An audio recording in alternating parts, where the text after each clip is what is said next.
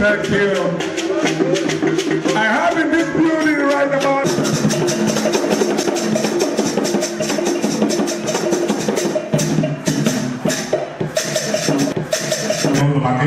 The first time I'm not there, but I'm one. When we chairman of the local government.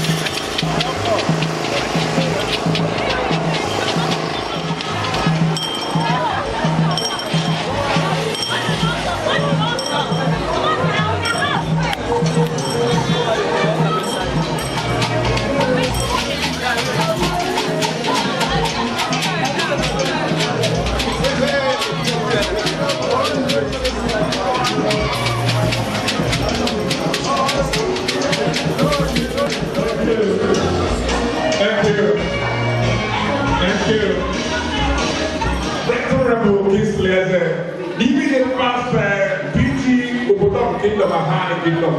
And the first one, Enugu State Students Association, Ojiriver Federal Cooperative College Chapter. You're welcome. Thank you.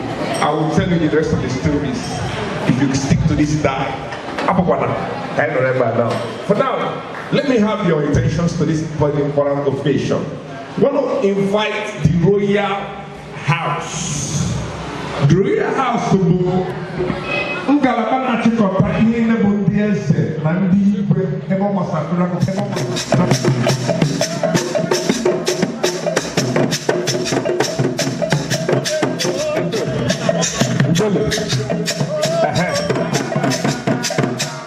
yeah, because esa kono be one na kwazi ndị nze.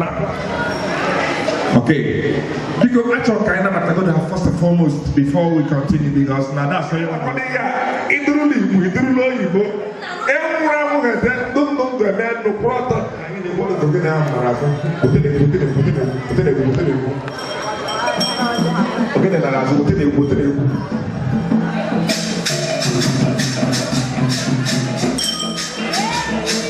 I never the Royal House. Royal House. Matabana, bro.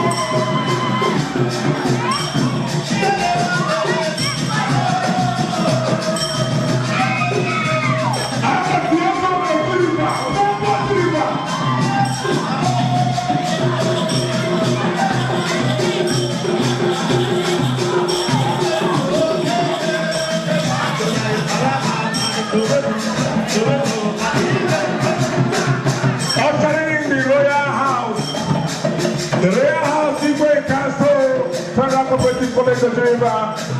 Thank you for honoring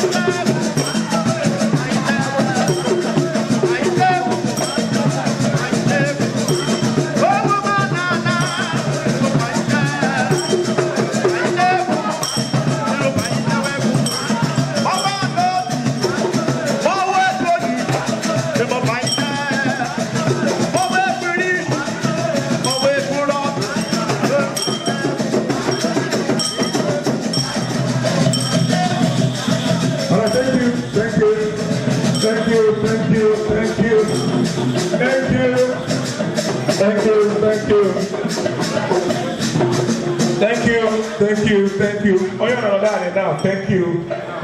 Because of want of time I from Madu, we are, and I am we are Pirata, who be doing you. Oh, yeah, in this family.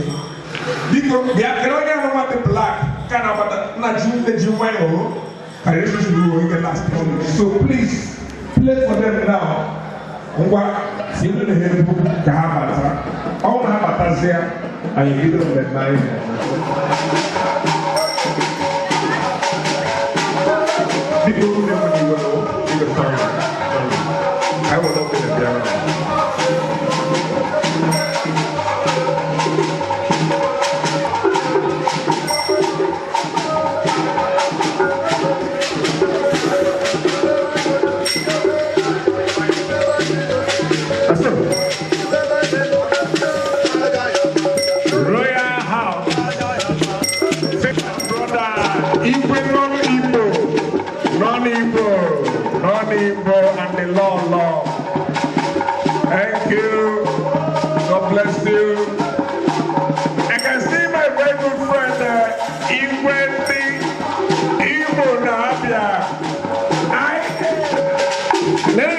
na clock anya no na. Bata basia no no. Diko bata baba no. Aiwa, marco na bank dio.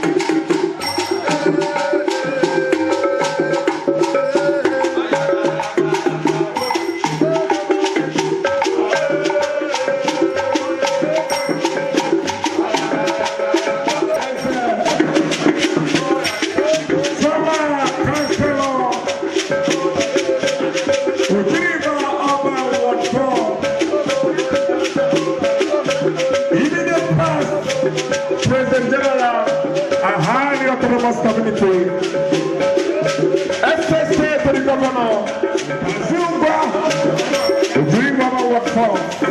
I salute you, thank you. I have in this building right about now, ladies and gentlemen, I have the CEO of the Tubu Obiazumu, the chairman CEO of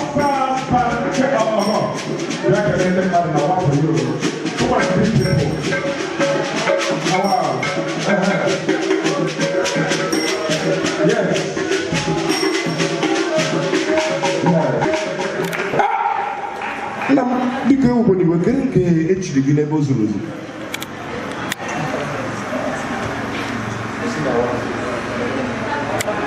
His Royal Majesty Igwe Isina Award Kizisi. Tonya Isina Award Kizisi. The school celebrities, please, are they here? Hammer ready? Kokahaya Bata. Okay, please, DJ, please play something like a hip hop. Kind of the school celebrities, so they can sit and then we go to them.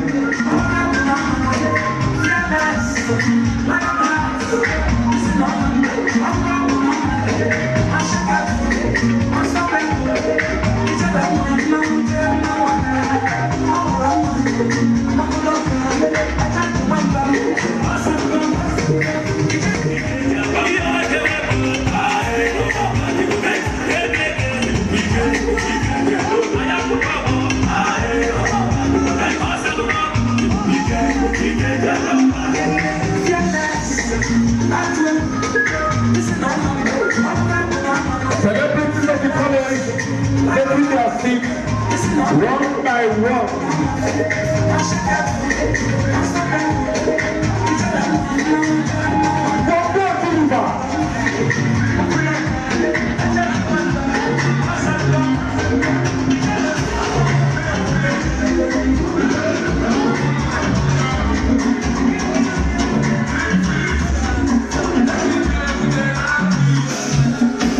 Make a friend like that from nation. Make a friend like that.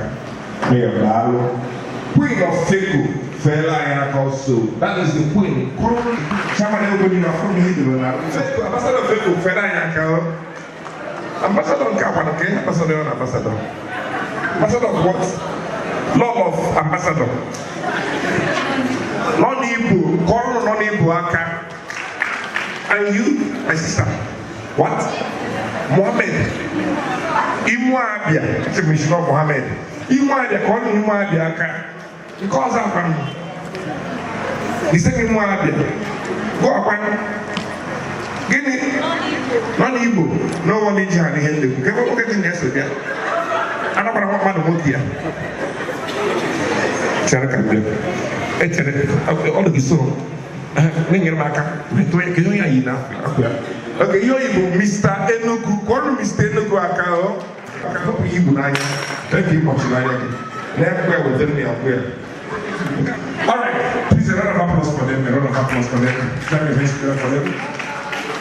Okay, very quickly, ladies and gentlemen, my organizer on a very special note. Chukwu Kelo, Africa Mekunu Marana, Honorable CR7 no here. That is Honorable Callistus Anya. Honorable Fela Anyakao, thank you and God bless you. Osin Kenelia, Honorable Anike Pascal, aka Ijele Fela Anyaka, Nebo Police, Ijele Fela Anyaka, Korniaka. Pastor. Please, ladies and gentlemen, we have a pastor on our list. 1, 2, 3. Can I call Pastor UC? I can't know that because it's not an easy one to be a pastor. Check your hands together for me. Pastor, you're welcome.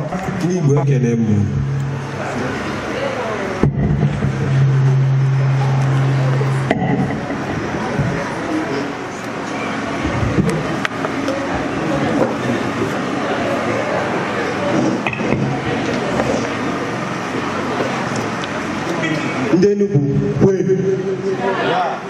Anambra, 1. Imo, really. Imo, where's the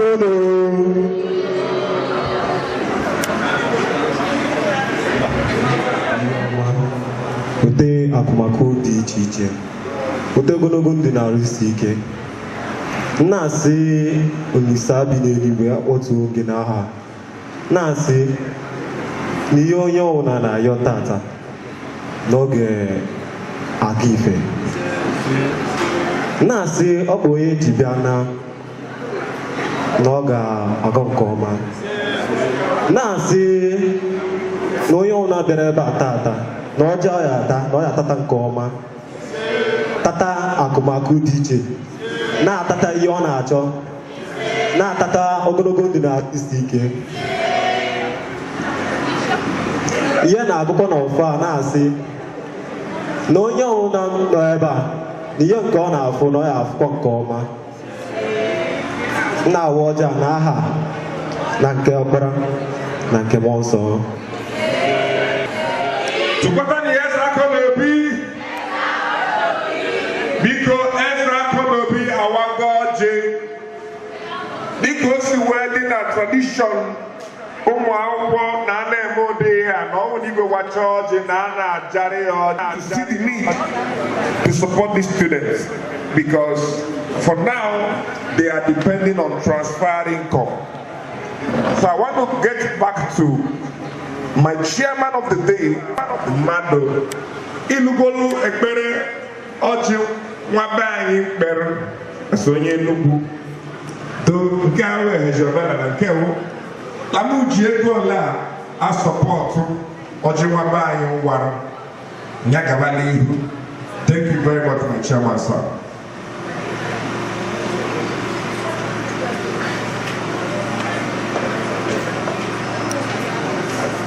Agent 10,000 now support Ọjị Nwara.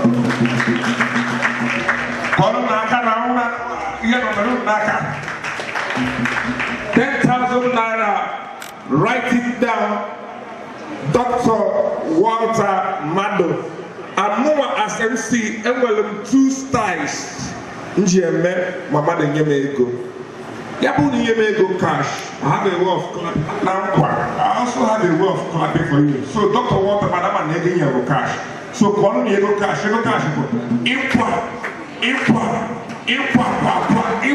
What else? God bless you. So, about Diego, I have a microphone. You go out of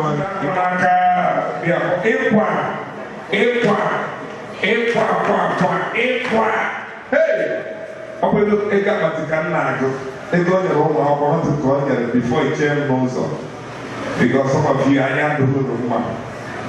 Some of the kind you black makes like because when you black. How about my question? I think one I can give a little cash.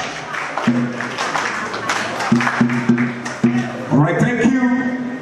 Now, moving straight to Honorable Mr. Innocent EAG. Can you get microphone? Give me your.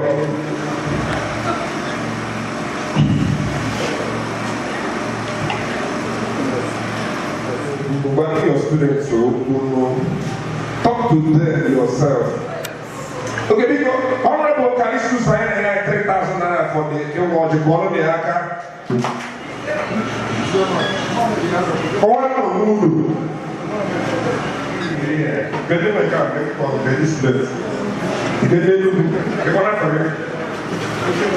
okay, 3,000 naira cash, cash.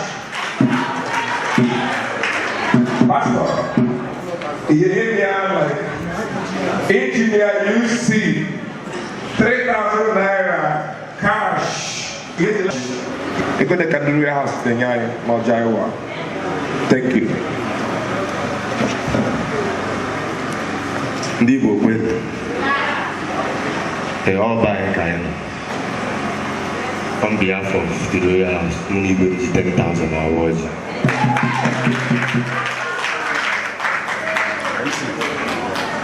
Good day everyone. On behalf of the Celebrity House, we are sponsoring it 5,000 naira. On behalf of the Celebrity House, they are sponsoring with some of 5,000 naira. Okay, all right, please, Chairman sir, can I get you out to you? Thank you. Yes, sir. Yes, sir. Yes, sir. Are we though? Are we tired?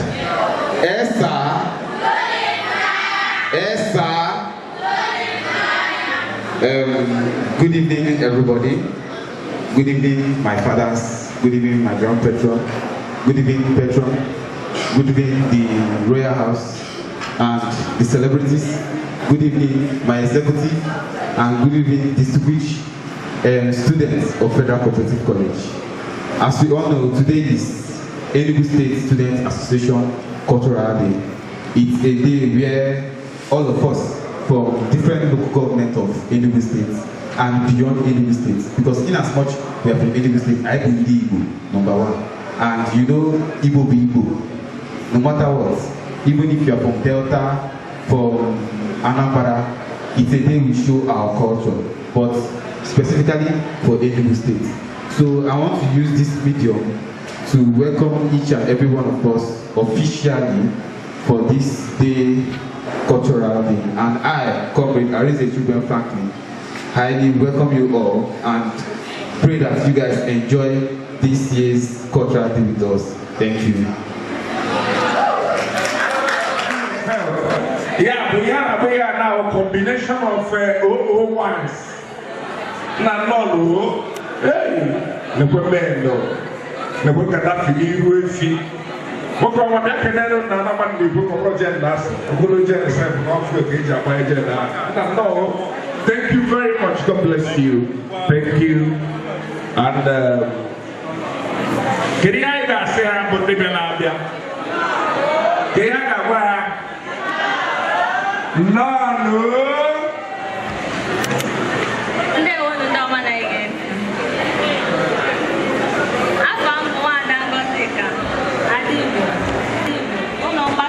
FCC. Oh,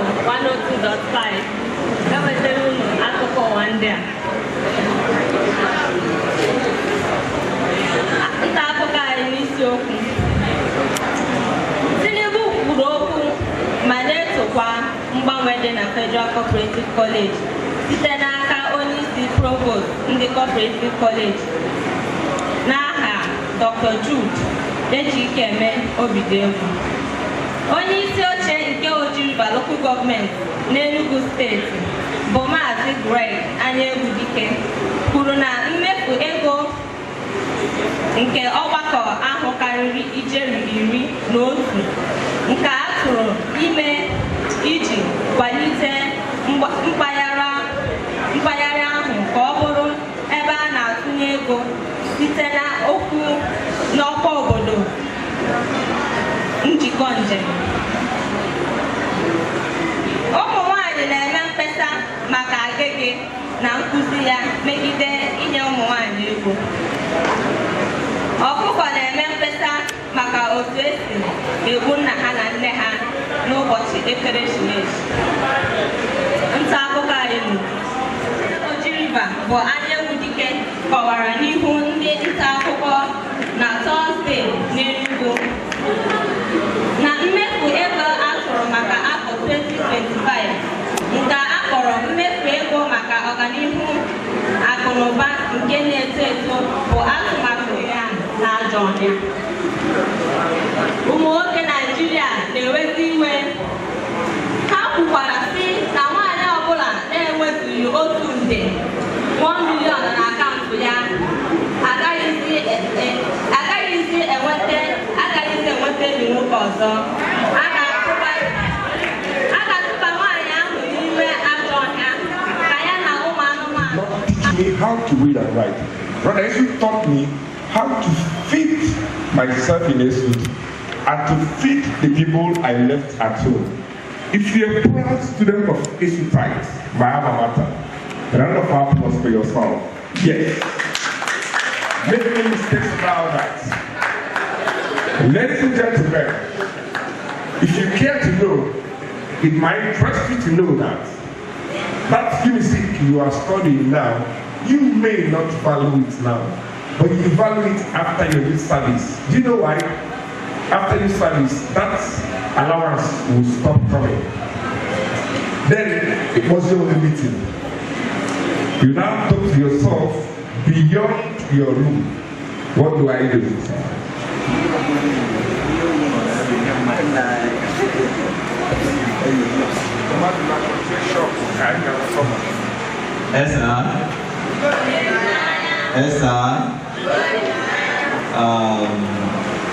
The student union government, the 5,000 naira award.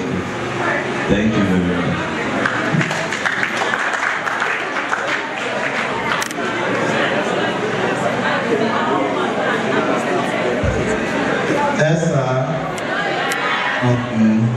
Obidum so don't have Barata. I don't know proper Ubotin cases and Abeba. I've been here for some years now and I'm always happy whenever I come here. Greatest Nigerian student, articulated Kiki, Emma cautious Baba. At this juncture I want to say, at this juncture I want to excavate, at this juncture I want to compound, at this juncture I want to dispense. Wow, this is cool. You guys are acting. Please, a round of applause for yourself. In my last time I came here, I think about 2 years ago, I raised our chants and everybody was looking at me. But it's a great improvement. That means the student leaders of this school are doing well. Please, a round of applause for them, please. Thank you very much. So without much talk, you know the woman so unfortunately I am going to their cultural day, right? Presidentially, so it also be so and excellence, right? So I'll be supporting Ojiriver, and on that note, I also want to thank the management, everybody represented. I can see the admission officer. Thank you so much, sir. I really appreciate it. And all other dignitaries that I may not know, I also respect all offices and establish the protocol too. Thank you very much, sir. So on that note, I'll be supporting what is happening here with some of 5,000. Thank you very much.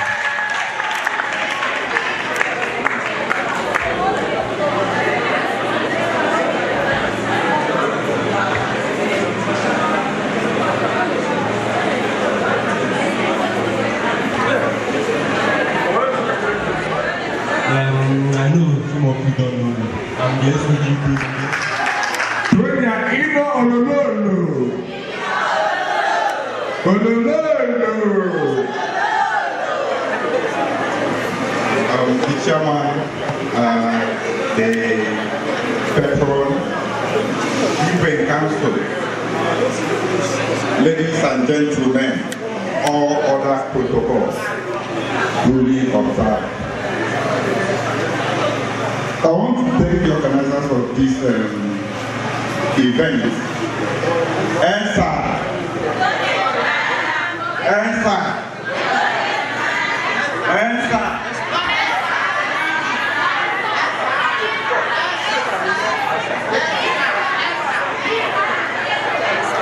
Okay. Actually invited very late yesterday. Because this was my alma mater, or it's my alma mater. Passed through here. The school passed through me as well. So I want to tell you that what you are doing today, you are actually allowing the school to pass through you as well. Sometimes you might not. Transfer. Transfer. Linear cash, not cash.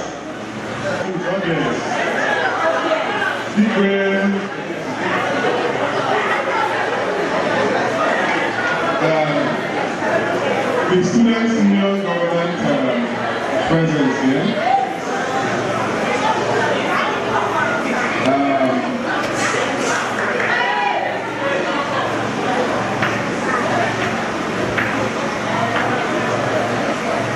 Are you okay? I'm here representing the guests invited for the chairman this occasion today,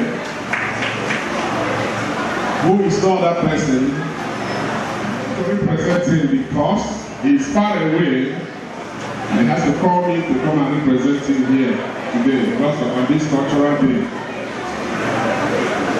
What I want to say is that cultural day in the higher institutions dates back as higher institutions. Today, Enugu State is on some other states. Yeah. Because this is a federal institution. There are people from Akure, there are people from Imo, there are people from Cross Rivers.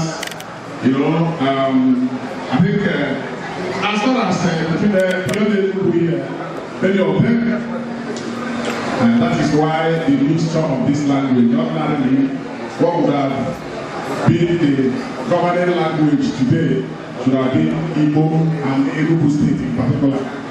If you speak it, you speak in Kano, you speak in Ojiriver, you speak all manner of dialects that is found within Enugu State. On behalf of everyone on your he said that I should commend you people for your efforts to organize this occasion. But not putting behind the reason for your being in this institution, which is learning. Learning. That you should put efforts in cautioning your tutors to read and read and read to prove yourself excellent. Under the tree, read at night, you burn your candle, you burn your lamp, and then you make sure you study to improve yourself. We are also looking at the era we are now. Things that will help you to be doing something extra, not just looking forward to white-collar job. Today, white-collar job is not helping us. We are into technology, and technology has been lifting people. That is why today, thank God for the federal government who has helped us in these fields to have a digital institute Agike, which is helping people, training people into Digitech. So we ask that you work hard. Your hard work is what will prove you and what will make you. So keep on doing well. The cultural day is a good thing, so that you'll be able to experiment that which you learned from their origin and from their people. That is why in Enugu State here you have different cultures. The Ezeago have their culture, Ruti have their culture, the Kano people have their culture, Ojiriver have their culture. But generally you have a central Igbo culture that embraces every part of Igbo land. So keep it up, as well as you don't put their learning behind. Thank you very much. While I was coming, the person I've been presenting here, Master Dr. Ojiriver, and kind of said, brought up Ojiriver. And like I said, I'm this institution. If you want to drink the water you can carry. If you want to eat as you can carry. Don't overload yourself. I know when MC was saying, write your name and all that. Please don't do that. Control yourself, because what you are doing today is trying to show what you will be after this day.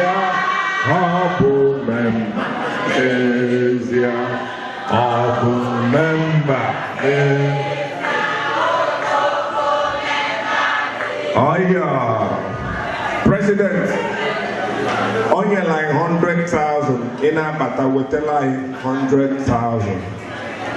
After the MCS fire, I fear nobody. I say it the way it is.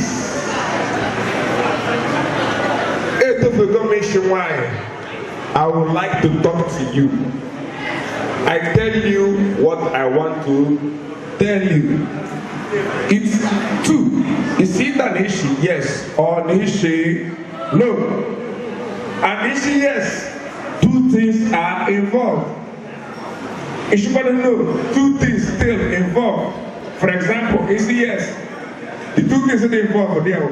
Can I go or Gabon at your place, or Gabon at my place? Hello? Hello? It's quite a no. Two things involved. Can I get November? Now, let's come back to the business. Please, we have enough time to jollificate. Or they can get me, I can get only like 5,000 cash. When your oblong and nigga bala you are diggo ready. Please, they're already yet.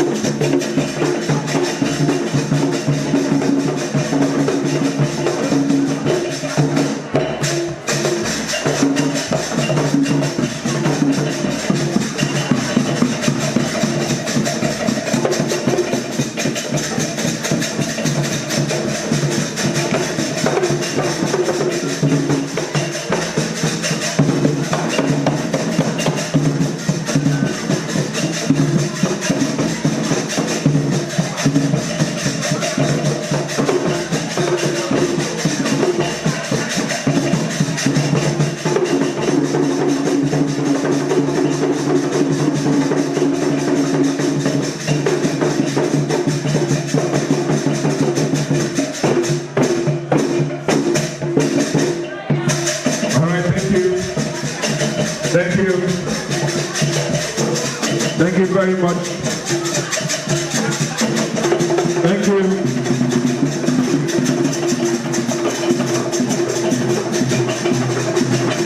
Thank you.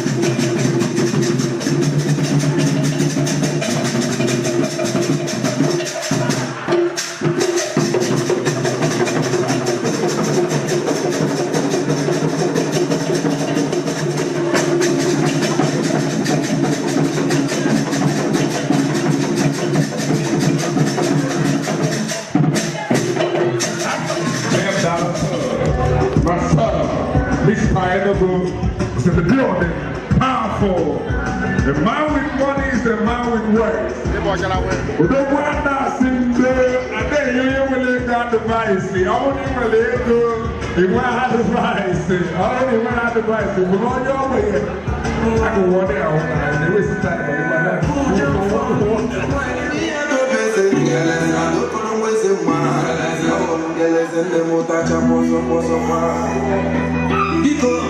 Kabulu ndagoma wanu wemenike nwa n'obodo onyatunu wanike n'obodo mo wanisi na chukwu ebenebe ejemu n'obodo mo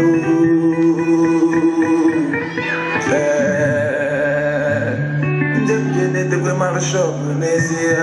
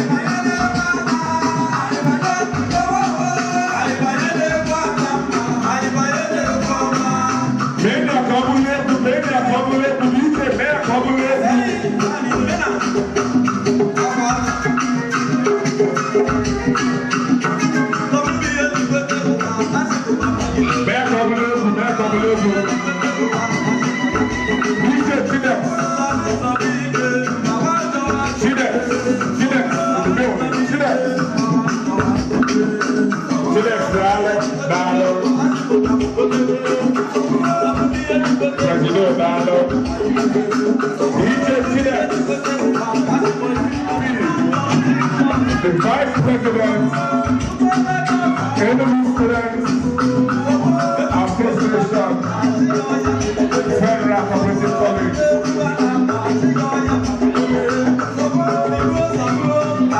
Right Honorable,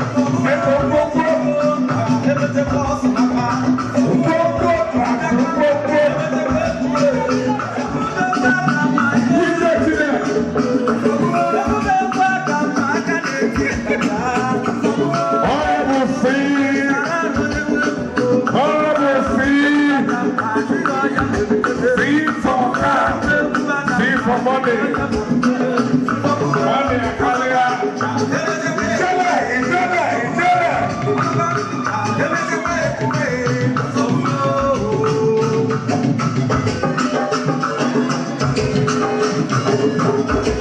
all right. All right, we'll see that. That's sir.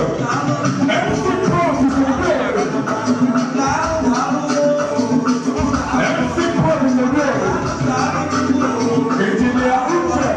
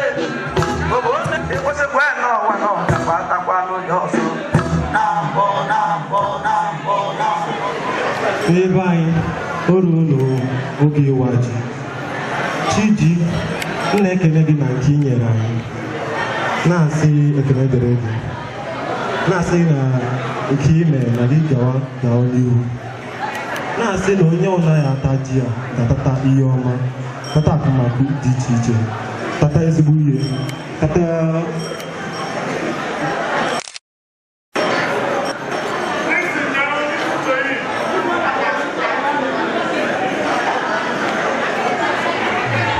n'ebe anyị eri ji.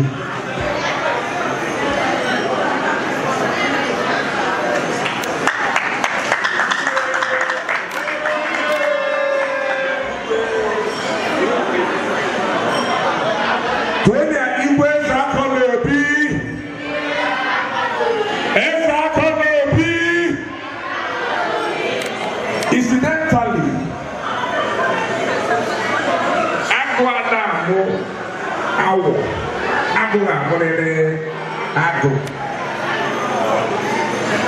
adị omenni adị ndụ adị echi igwe pọtụ kabụ nke ụmụ akwụkwọ bịafọ m ga-akpọlite akpati na kamera akpati ihe abụrụ politiks ihe abụrụ guy nwoke a na-eji students first one Enugu kwen Anambra kwen Igbo kwen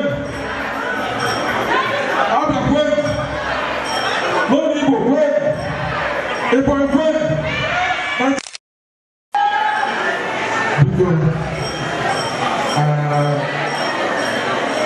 n'atụfu oge anyị afọ mụwa bụ ọrụ isi eze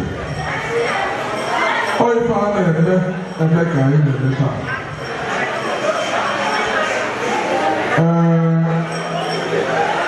igwe a sị na onye nna ya na-ebi isi agụ na-ebi isi agụ tata akwụ m ebe a maka na obidogo tata anọ m ebe a wee na-awara gị ji with the sum of 50,000 naira. So, ọ bụrụ na anyị mechaa ebe a, ọ bụrụ echi ebe a, weta na akara unu, ka unu were ego ekele m. Biko jalo, otu egwu a. Nye afọlụ.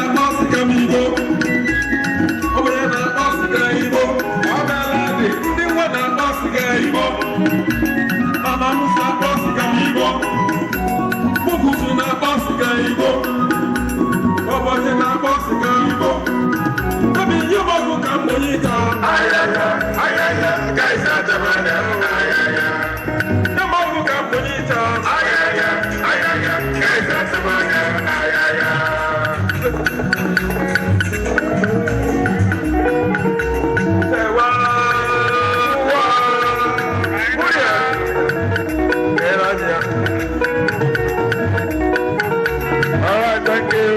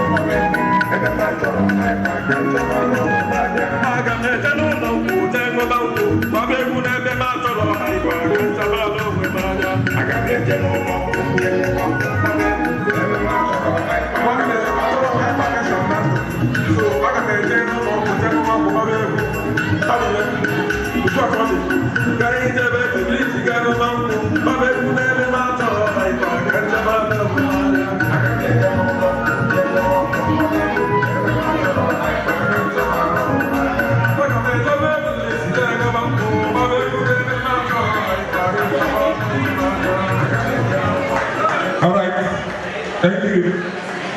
One Honorable Kingston as the Aka. Upon a colony Aka, I will tell you reasons why you clap for him. All Kingston as a Motalo, Onyepu, you went there, sir. Get your former Kingston as a As the governor Hamaris Haji Kolaka, Hamar not the game of not the game on the street, not the Guaka. And last but not the least, I want to have Horis Haji Kologaka, Hamana Balong School of Faith of Bananaga. Our president, then vice president. But before I call on the president and vice president, may I humbly and respectfully respect the presence of the vice president of Imo Abia. Happened 2 days ago, and I'm going to home. Respect to the buyer. Because can you pay attention? And most importantly, Papi Igwe is one of the recipients. Oyebola just now. So because can you pay attention and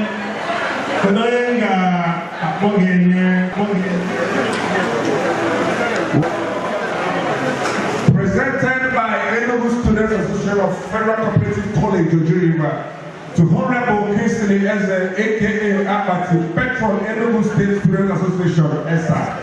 Please, if you see Abati, please step forward. To Honorable Kingston as Patron Enugu State Students Association. All of us know the role he has played in this association long ago till now and even at this moment. So can we appreciate him and clap for him for this award?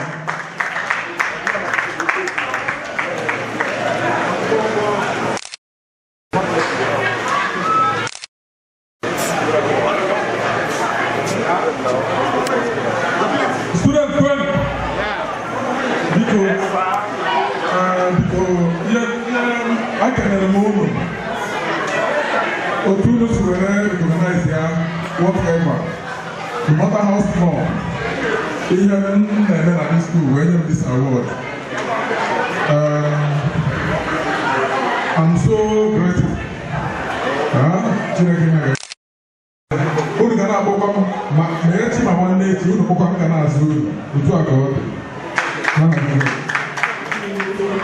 Honorable Anike Pascal Chidera, aka Jelle, Extra Emeritus President, to be presented by please, because I'm on the and we have they had an age on the sum of 50,000. Also, if you have any tear that government transfer, I'm going to 50,000 cash.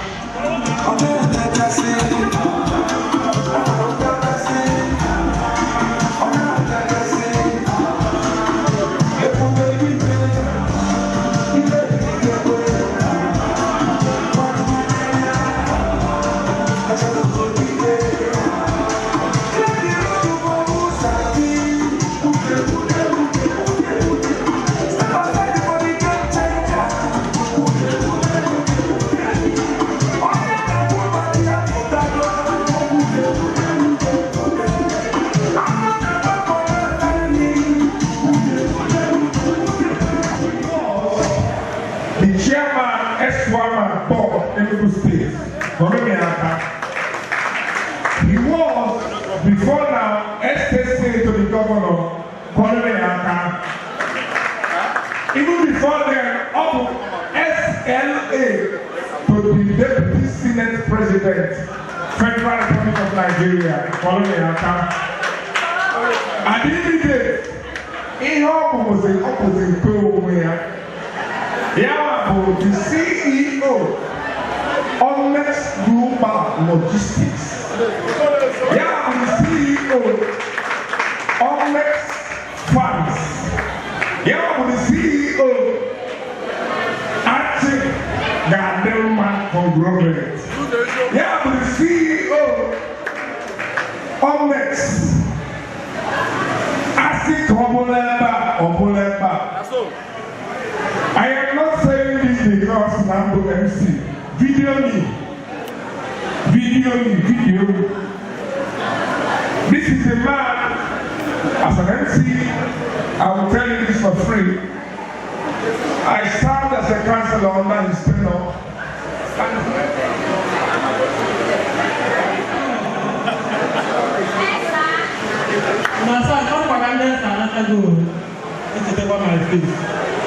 So people, you welcome the mayor emeritus, the immediate past chairman of Ojiriver Local Government Council. Oya Boya Bakaleba Adita. Oya na Bole Oleme. Abu Ole Kwana Adele.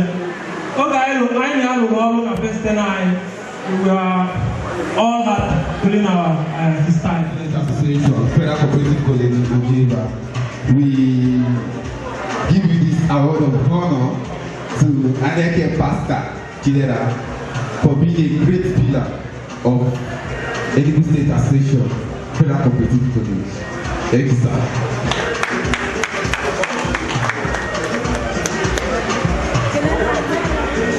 Yes, sir.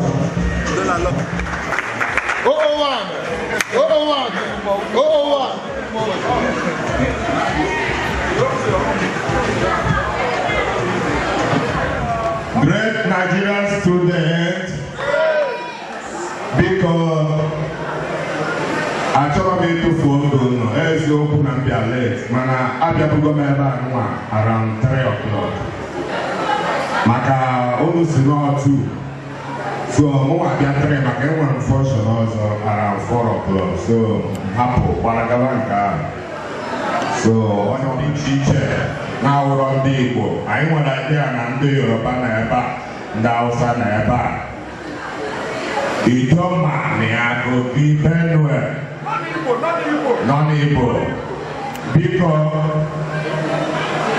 a na-ekene ụlọ maka ihe awụrọ the first time m na-abịa ebe a nwa mgbe m wụ chairman Ojiriver local government those 2 years anyị gwara mgbe na-ayọ na-asị mgbe ọzọ unu ga-eme ya ka unu mee ya ka ozu gbasaa ndị mmadụ ntị maka na abịa na Enugu West ebe skuulu adị enwere sinetọ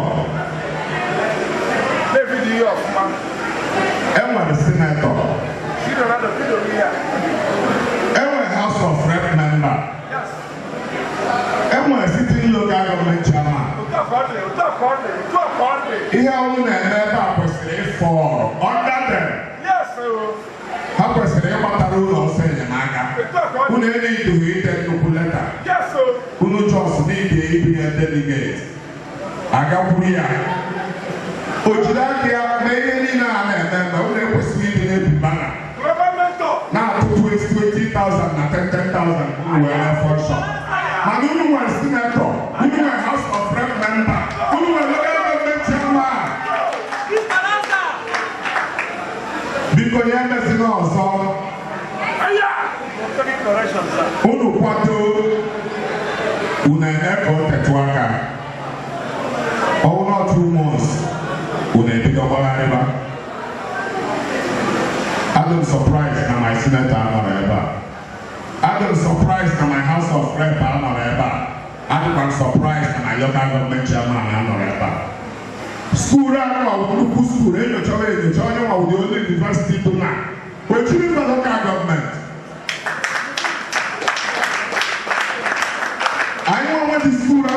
Chineke mere anyị onye gụta nwa ya ọ chọwara na university ebe ọ ga-akwụ 4.5 million brọda ebe anyị nọ ka university bro ihe ka mkpa ọgụ wee gbado anya mara ihe ị chọrọ mara ihe ị bịa biko ka m hapụ ịga mụọ eche the sum of 200,000 naira wee na-asọpọt ihe na ha sị nke onye chiri ha na gịnị ya zere echefuokwa m igwe mụ na ya rụrụ wee echefuo m the current igwe the small one anyị ka ga-arụ in the future biko nye gaziere unu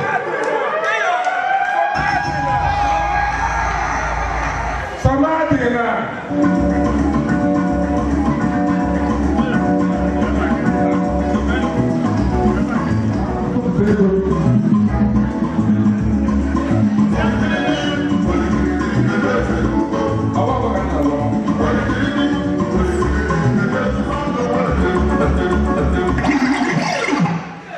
also with yes sir company office room mana afro no na achievement transfer ego audio I think so because my boss my need to any of these advice many of you here just a while ago I had the over to a new chairman and the effect of here woman so I want to thank you for taking time to come here. No a leader by excellence. I didn't appear no never. Come on, yes, we have model on the very casual. Everybody remember.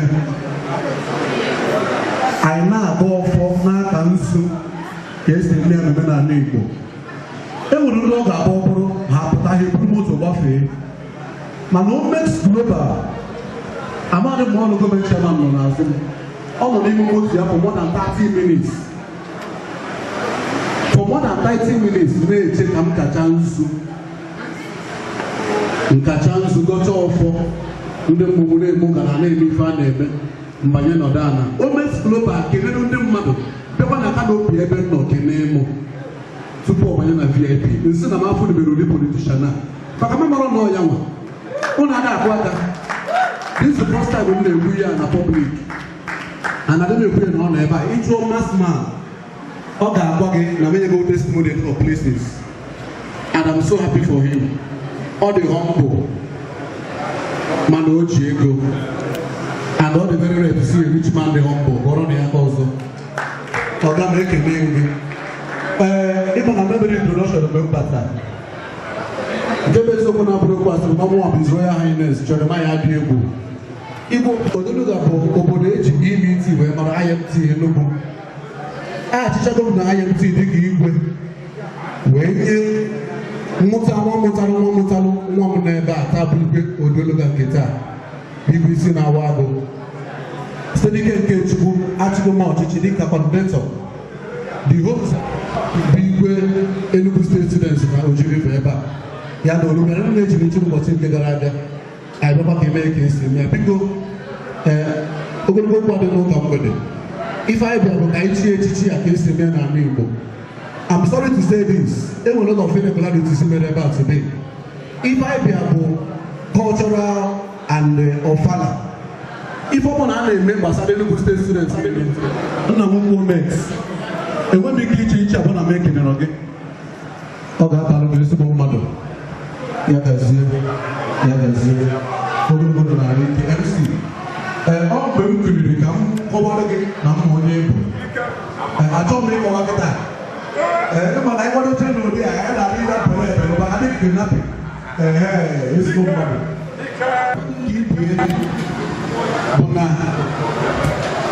I did change to almost 6 o'clock. So if I get member with ceremonial, Onobo na get igwe nkita. Emecha ige chekuri igwe na apụ eme ya ka esi na nga akọwara ya na Onobo. Ife ọbụla anyị na-eme ebe a bụ ceremonial. Ọ bụrụ ọpịọ echichi nze na ọzọ. Ọ bụrụzie na akwadote to make the right thing. Eme ya ka esi eme ya. Isamaka anụ.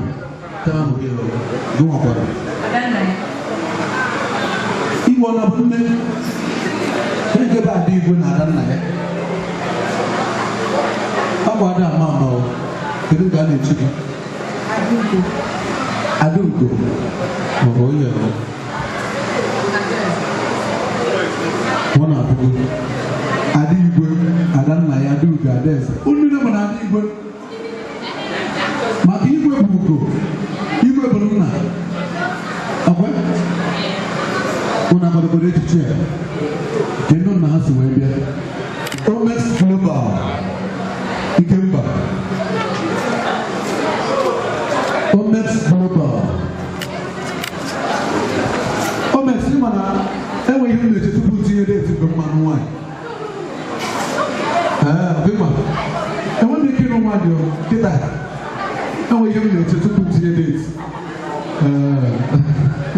ya dozie echichi a na-eke gozie ya n'oyi gozie ya na afọ gozie ya na mbụ ọfanyị na-agba bụ na site tata gaba na a ga-amatụ ụlọ dịka ụmụada na-akpa ntobe n'ala Igbo a ga-amatụ ụlọ dịka ndị eziokwu ndị na-apụ n'eziokwu ife ọrụ ga na-emebikọ gị n'obodo Igbo na-aga n'obodo na mma na mbụ afọ na-adị izu n'anọ ya gazie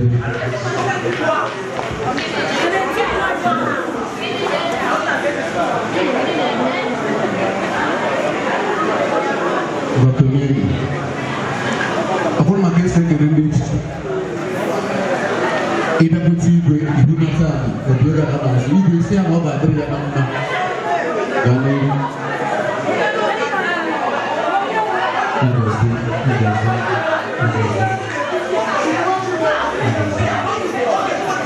kedu nwada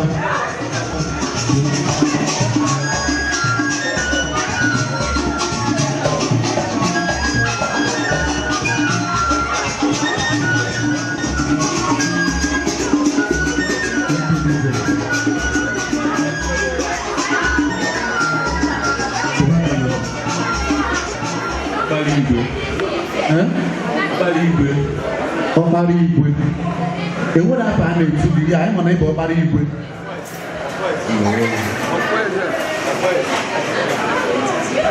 Ofueze nwenze ka ofeze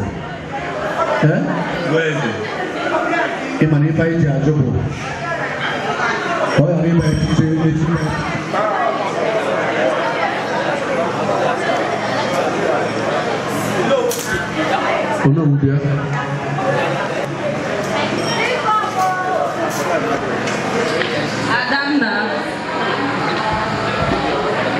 Adanna egwu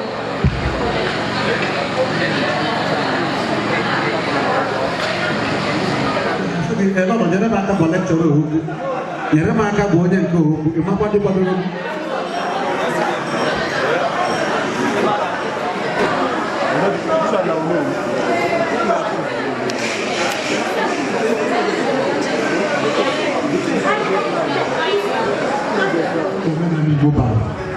Igbo bata ha n'ekike ịgwa nna gị na e nwere okpuru obi na gịnị ịtụtalụ echi efe echichi omenala Igbo megịnị na-aga n'elu ịma nupụrụ nna gị isi ịfụchi igwe ifu onowu ịfụchi onowu ifuzie ndị ọzọ tupu enweta gịnị mana ọ gị bụ ọkpara igwe ị ga na-aga ndị na-akwado omenala Igbo ndị oyibo si na be a good ambassador of the Igbo culture.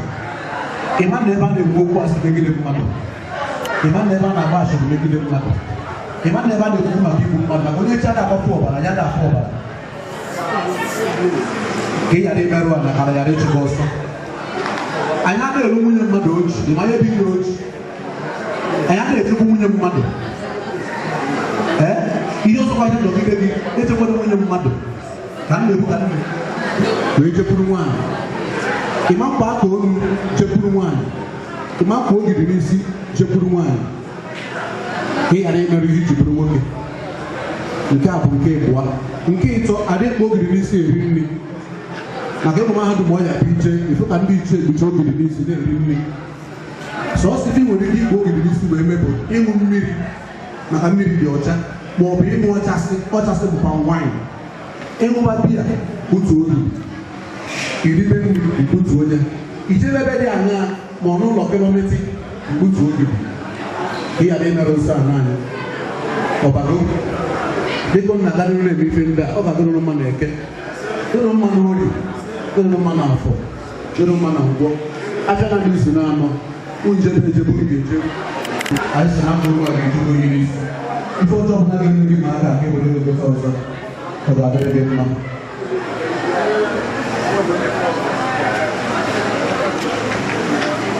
ife a na-echi gị bụ ọnọgwụ ezi mmụọ ọnọgwụ na-echi igwe mana eze mmụọ na-eme mmụọ na ọtụ ife na-ekwu mana akwụkwọ na na igbo n'owu echi nne baba nkata megide igwe ma ọ na-echighị onowu echi n'isi ma nọgị kwesịrị ịbụ igwe ka e mere misteki ịgwazi igwe mgba ka ibitere na onye ị ga-enyere igwe aka kwalite omenala igbo ebe ọ na-adị emete onowu na-eje gbazie si na nso ụlọ gbazie rie anyị kpọrọ mbụ na ọmaghị ọgbọ ụfụfụ ịbụ onye igbo a sị m ọ ga-adịrị gị mma na eke n'oge afọ na nkwọ ogidi a ga-ejugo onye n'isi ị ga-ekpo ogidi a banye na mahadum banye n'obodo unu banye n'ebe dị iche iche mana gọọmenti akwanyere gị ugwu ọ ga-adịrị gị mma n'oyi na afọ na nkwọ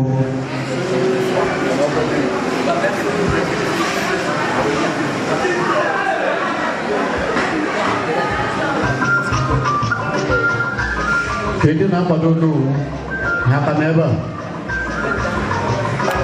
ka ndị na-akwado n'owu nke taa maka akwadoghị ya ọma njikwa igwe ebe a ka nsogbu dị n'owu ka ndị na-akwado gị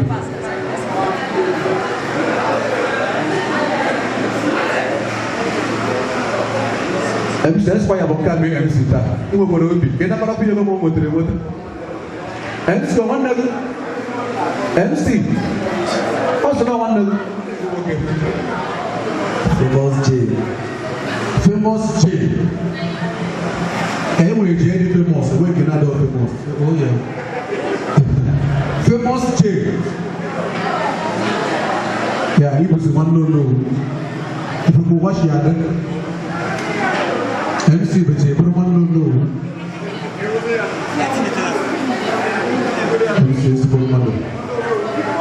Famous J mba hapụrụ moment oge next meru hapụrụ m ya so one point n'afọ kịta ọ ga-enye m wee gba fuel bụ problem otu ị nakọrọ ọyachi oge onye achị gbochie ike na nwanne gị gbochie ike ọ sị na ọnwa mbọ ndụ ka anyị eji wee chituo gị mana ọ dị anya ukwu n'onowu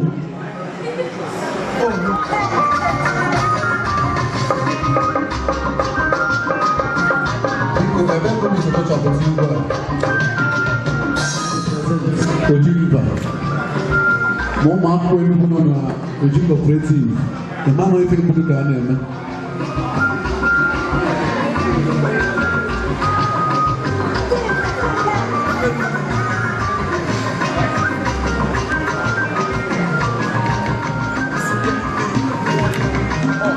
organizers of this event eligide echichi niile n'ebe a n'ikike ụmụ akwụkwọ niile nke onye chiri ya zelụ ụna na-enye nkwado si gaba n'iru tie n'igwe ọ sị ga n'iru tie n'igwe ọ bụrụ na ifo na the last cultural day unu mere last year wee digodo aka gị enu na ị na ebe a mgbe ị mere last cultural day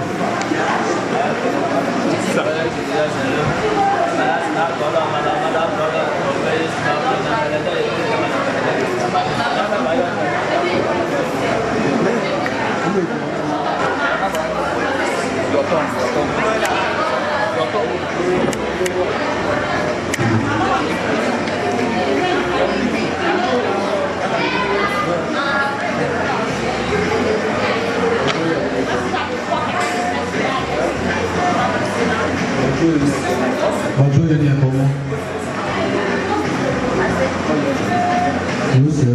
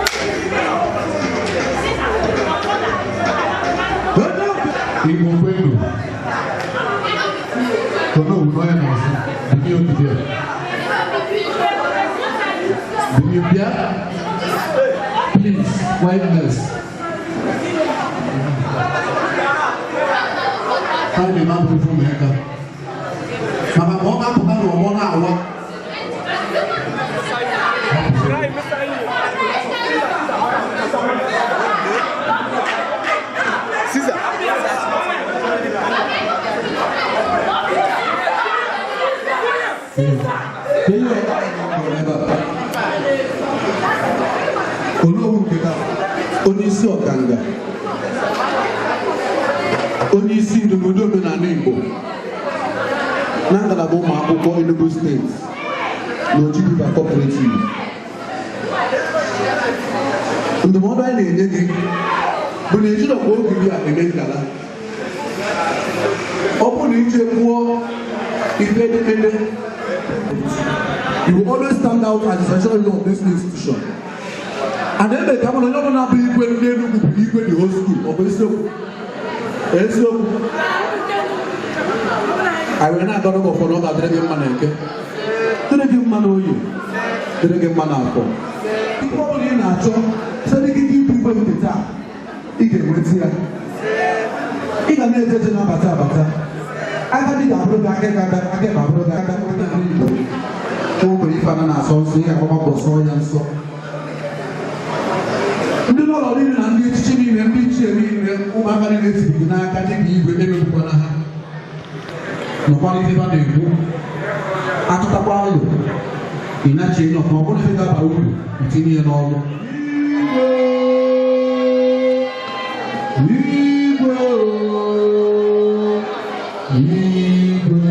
igwe gịnị ga na-echi gị